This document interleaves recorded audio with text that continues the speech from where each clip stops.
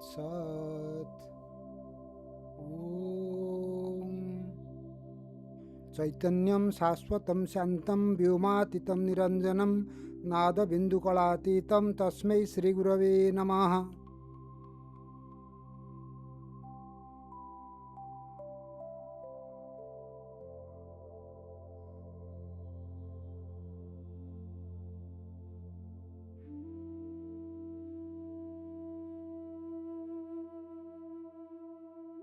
In the first part of this episode, we had discussed whether the father's or husband's residence is the own residence of a bride and why.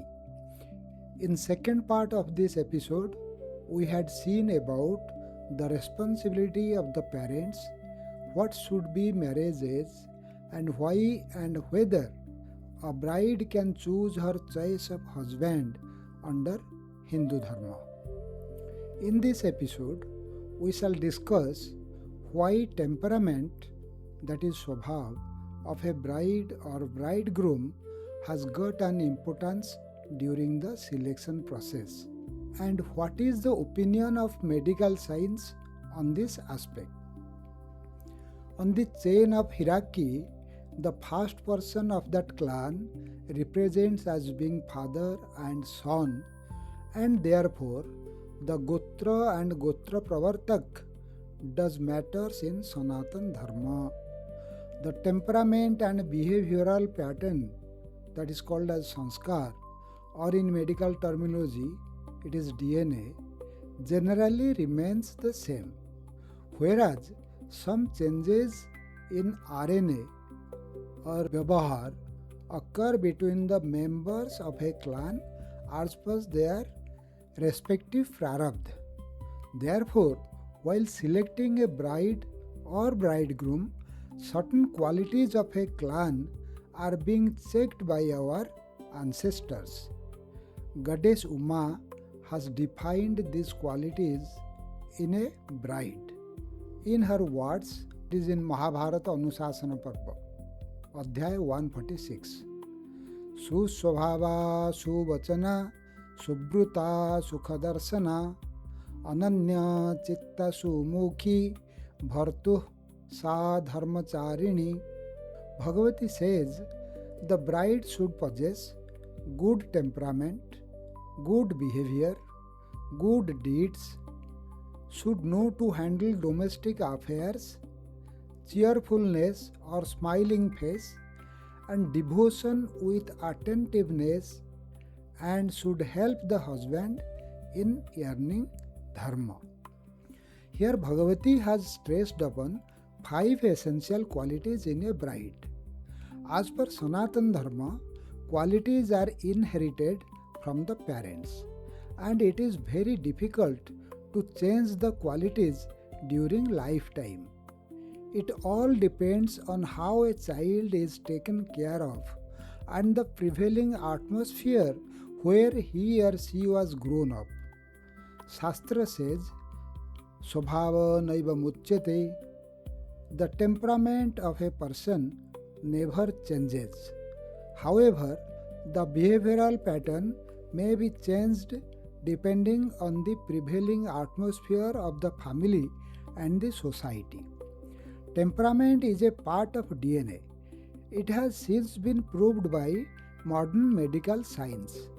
The temperament of a person, sometimes called disposition, refers to aspects of the personality influenced by the person's biology and not experience. The personality involves the person's thoughts, beliefs, dispositions, preferences, behaviors, and traits.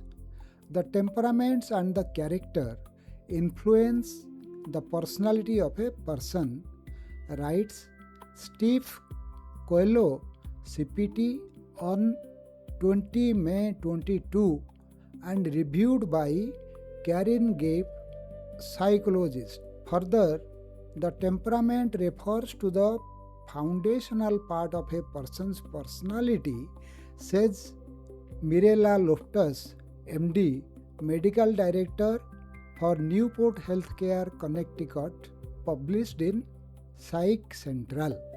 It is our prevailing mood or mood pattern.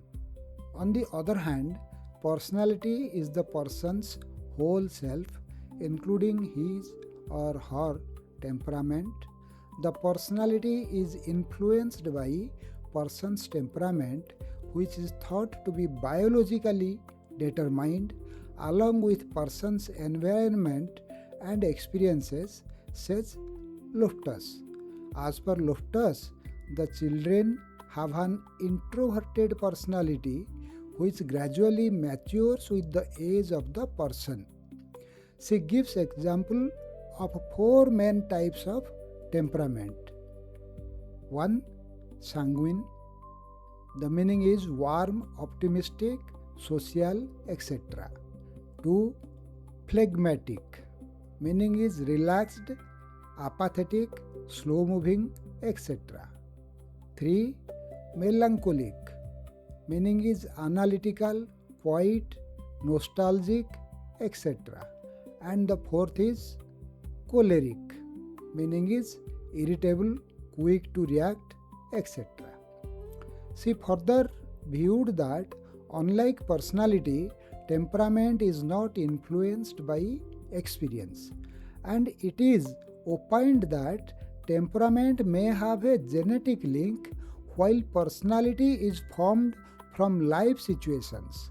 In this sense, the person's temperament tends to stay the same throughout the life while the person's personality can change.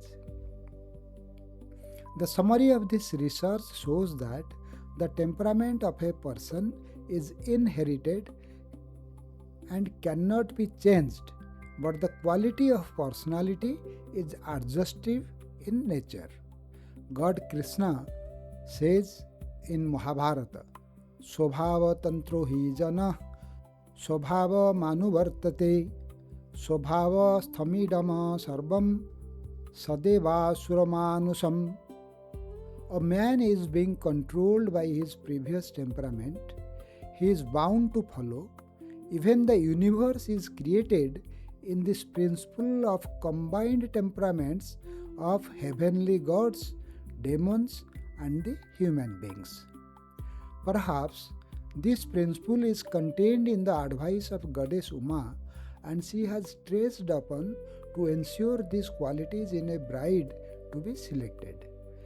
A woman with her behavior can change the atmosphere of a family to feel like heaven. But if that woman is wicked and stubborn, she has the capability to banish the peace within a family. Therefore, the goddess further says in Mahabharata, Stri dharma purva evayam vivahe bandhuvih krutah Saha dharmachari bhartu or bhavatyagni samipatah. The parents and relatives teach the girl about Stri Dharma before marriage, and in front of the holy fire, she gets teachings of the Dharma to be performed along with her husband jointly. She has to perform Dharma along with her husband because a woman is not independent to acquire Dharma at her own. Being she is a replica of the Bhagavati, she does not have any separate Dharma other than to serve her husband. Husband is her Dharma, he is her God, he is her Guru, and the entire earth is meaningless for a woman without a husband. Home is her place of meditation. Therefore, she automatically gets half of dharma acquired by her husband as her share. Our Shastra also says, Dharmartha kama mokshyanam daram samprapta hetuvah parikhyante prayatnena purvameva karagrahat bharya trivargakaranam subhasila yukta Sheelam Shubham भवति लग्ना वसने तस्याः यस्माद् विवाह समय परिचिन्त्यते हि तन्न घृतामुपेता Sutasila Dharmaha. The aim of getting a wife through marriage is to acquire dharma, desires, that is karma, property, that is artha, and moksha. Therefore, one should examine a bride with due care. The marriage lagna should be selected with utmost care, as the dharma, karma, guna, that is qualities, and lakshana, character, of children to be born depends upon the marriage lagna. Besides, the pleasure or unpleasantness in the marriage life depends on the marriage lagna. Further, it has been our tradition, no less than a human psychology, to choose a bridegroom on the basis of a bride who dreams her husband to be beautiful. Her mother wished to have a son-in-law from a rich family. Her father looks for a son-in-law who should be educated, whereas the relatives desire a bridegroom from a clan above the clan of the bride. Kanya varayate rupam, mata varayate vittam, pita varayate vidya, bandhavah kulamichanti. Pitamaha Bhishma advises Yudhishthir that in Mahabharata, Shila Brutte Samagyaya Vidyam Yonim Cha Karmam Cha Sadbhirevam Pradatabhya Kanya Gunayute Vare. O my son, good people always look for a bridegroom who possesses good temperament, education, clan, and employment to offer their bride.